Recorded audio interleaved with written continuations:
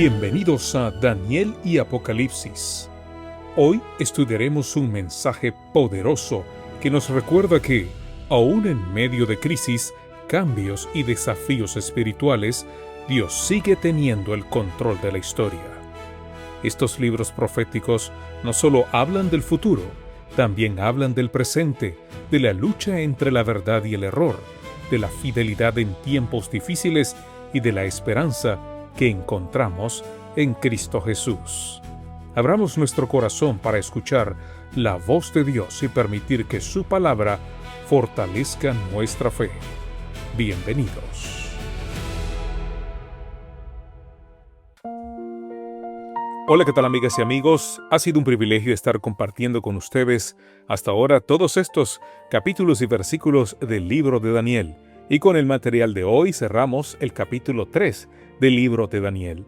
Daniel capítulo 3 versículos 29 y 30 nos dice lo siguiente: Por lo tanto, decreto que todo pueblo, nación o lengua que dijere blasfemia contra el Dios de Sadrach, Mesach y Abednego sea descuartizado y su casa convertida en muladar, por cuanto no hay Dios que pueda librar como éste. Entonces el rey engrandeció a Sadrach, Mesach y Abednego en la provincia de Babilonia. No hay otro Dios. La bendición del rey se endurece ahora en decreto. Las experiencias de aquel día lo llevaron a promulgar una ley. Quien hablare blasfemia contra el Dios de los tres hebreos será descuartizado y su casa reducida a muladar. Y la razón que da es una confesión: no hay Dios que pueda librar como éste. El rey, que había desafiado preguntando, ¿qué Dios os librará de mis manos?, responde ahora su propia pregunta. Existe un Dios que libra como ningún otro, y ese es el Dios de los cautivos. De este modo tan singular, muchos pueblos que de otra manera jamás habrían oído del Dios de los hebreos, fueron ahora introducidos a él. Con estas semejantes palabras, el rey de Babilonia se esforzó por esparcir ante todos los pueblos de la tierra su convicción de que el poder y la autoridad del Dios de los hebreos eran dignos de suprema adoración. Y a Dios le agradó el esfuerzo del rey por mostrarle reverencia y por hacer tan extensa como su reino aquella confesión de lealtad. Pero aquí el relato nos obliga a un discernimiento fino, porque hay en el decreto un error que no debemos pasar por alto. Era justo que el rey hiciera confesión pública y buscara exaltar al Dios del cielo por encima de todos los demás dioses. Pero al pretender forzar a sus súbditos a hacer una confesión semejante y a mostrar la misma reverencia, Nabucodonosor excedía su derecho como soberano temporal. No tenía más derecho, ni civil ni moral, a amenazar de muerte a los hombres por no adorar a Dios, que el que había tenido a dictar el decreto que consignaba a las llamas a todos los que rehusaban adorar la imagen de oro. Dios jamás obliga a la obediencia del hombre. A todos deja en libertad de escoger a quién han de servir. El capítulo se cierra entonces con la vindicación de los fieles. El rey engrandeció a Sadrach, Mesach y Abednego en la provincia de Babilonia. El verbo significa hacer prosperar y, en sentido amplio, promover. ¿Cómo se efectuó esa promoción? No se dice. Los tres pudieron recibir más dinero, más influencia y poder en la administración de la provincia, o títulos más altos. Por su fidelidad frente a la muerte, habían demostrado cualidades de carácter que hacían evidente que se les podía confiar responsabilidades aún mayores que las que antes tenían. El milagro produjo un cambio notable en la mente del pueblo, y ese cambio se tradujo en política imperial. La misma maquinaria de decretos y castigos que poco antes había servido a la idolatría, se puso ahora torpemente al servicio del Dios verdadero. El intento de imponer la idolatría había resultado, por la providencia de Dios, en llevar el conocimiento del Dios verdadero ante los príncipes reunidos y los grandes hombres del vasto reino de Babilonia. Lo que el enemigo tramó para apagar la luz sirvió para difundirla por todo el imperio y más allá de sus fronteras. Aquí se revela una ley que gobierna toda la historia de la verdad. La ira del hombre te alabará, y tú reprimirás el resto de las iras, dice el salmista. Dios hace que la verdad probada sea llevada al frente y se convierta en el objeto de examen y discusión, aunque sea a través del desprecio que se arroja sobre ella. Las mentes del pueblo deben ser agitadas. Toda controversia, todo reproche, toda calumnia será el medio de que Dios se vale para provocar la investigación y despertar mentes que de otro modo dormirían. Así ha sido en la historia pasada de su pueblo. Por negarse a adorar la imagen de oro, los 3 hebreos fueron arrojados al horno, pero Dios los preservó, y el intento de imponer la idolatría terminó difundiendo el conocimiento del Dios verdadero. Así será hasta el fin.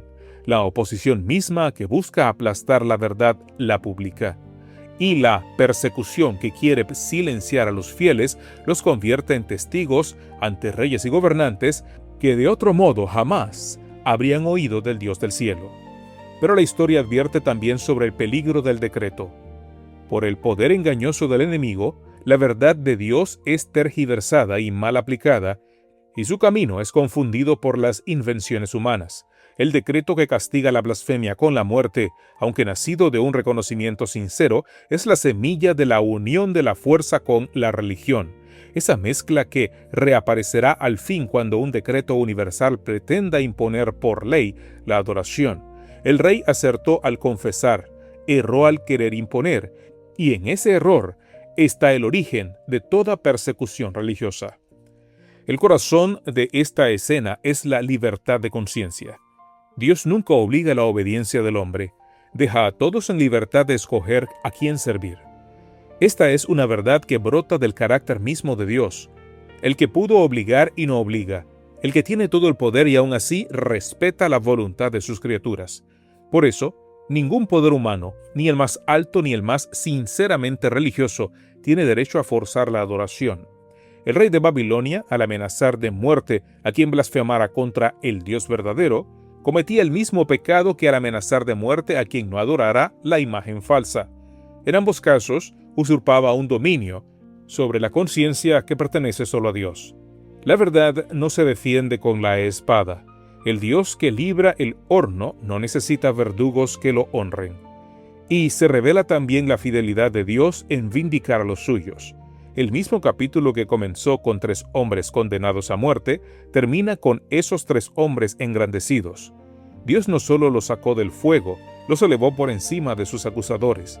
La fidelidad probada en el horno abrió la puerta a responsabilidades mayores, porque el que es fiel en la prueba máxima, la de entregar la vida, demuestra que se le puede confiar todo lo demás. Dios honra a los que le honran y a su tiempo levanta a los que el mundo quiso hundir. Nunca uses la fuerza para lo que solo la gracia puede lograr, aun con la mejor intención. El error del rey acecha en todo corazón celoso, querer imponer a los demás la reverencia que solo puede Dios inspirar. Puedes testificar, persuadir, dar razón de tu fe con mansedumbre, pero no puedes ni debes forzar la conciencia de nadie, porque la adoración arrancada por la amenaza no es adoración, y el Dios que respeta la libertad de sus criaturas no se honra con la coacción. Defiende la verdad con tu vida, no con la espada, con tu testimonio, no con tu poder. Y confía en que Dios sabe vindicar a los suyos a su tiempo. No siempre la vindicación llega en esta vida como llegó para los 3 hebreos, pero el principio permanece. La fidelidad probada nunca se pierde. Dios ve lo que soportas por serle fiel, y el mismo Señor que puede sacarte del horno, puede también, cuando conviene, engrandecerte donde el mundo quiso reducirte a nada. No busques tu propia exaltación, sé fiel en la prueba y deja en manos de Dios el momento y la manera de levantarte. El que fue leal hasta la muerte descubre que se le pueden confiar responsabilidades que jamás soñó. No hay Dios que pueda librar como este. Con esas palabras arrancadas por un milagro a la boca del rey pagano, se cierra la historia del horno.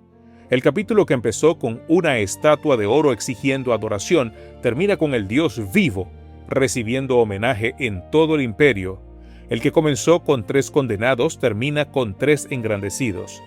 Y en medio un fuego que no pudo quemar sino las ataduras de los fieles. Esa es la firma de Dios sobre la historia. Donde el hombre condena, Él libra. Donde el hombre quiere apagar la luz, Él la difunde. Donde el hombre humilla a los suyos, Él los levanta. Porque hay, en efecto, un Dios que libra como ningún otro, y su nombre fue revelado en plenitud cuando aquel cuarto que caminó en el horno tomó carne, entró en el fuego de la muerte por nosotros y salió vivo para siempre. No hay otro que libre así. Confía en Él, sé fiel hasta el fin, y descubrirás que ni la muerte misma tiene poder para librar de sus manos a los que en Él confían. Señor Dios, que libras como ningún otro y que jamás obligas la obediencia, sino que dejas a todos en libertad de escogerte. Gracias porque tu verdad no se defiende con la espada, sino que se difunde aún por la oposición de los que quieran callarla. Guárdanos del error del rey, que nunca queramos forzar en otros la reverencia que solo tú puedes inspirar. Danos celo para testificar y mansedumbre para persuadir, y líbranos de toda coacción sobre la conciencia ajena. Enséñanos a defender tu verdad con nuestra vida y no con nuestro poder. Y cuando seamos humillados por serte fieles, ayúdanos a no buscar nuestra propia exaltación, sino a confiar en que tú vindicas a los tuyos a tu tiempo y engrandeces donde el mundo quiso reducir a nada. Porque tú eres el Dios que libra hasta lo sumo, revelado en Jesucristo, que entró en el fuego de la muerte y salió vivo por nosotros. A Él, y solo a Él, sea la adoración por los siglos. Amén.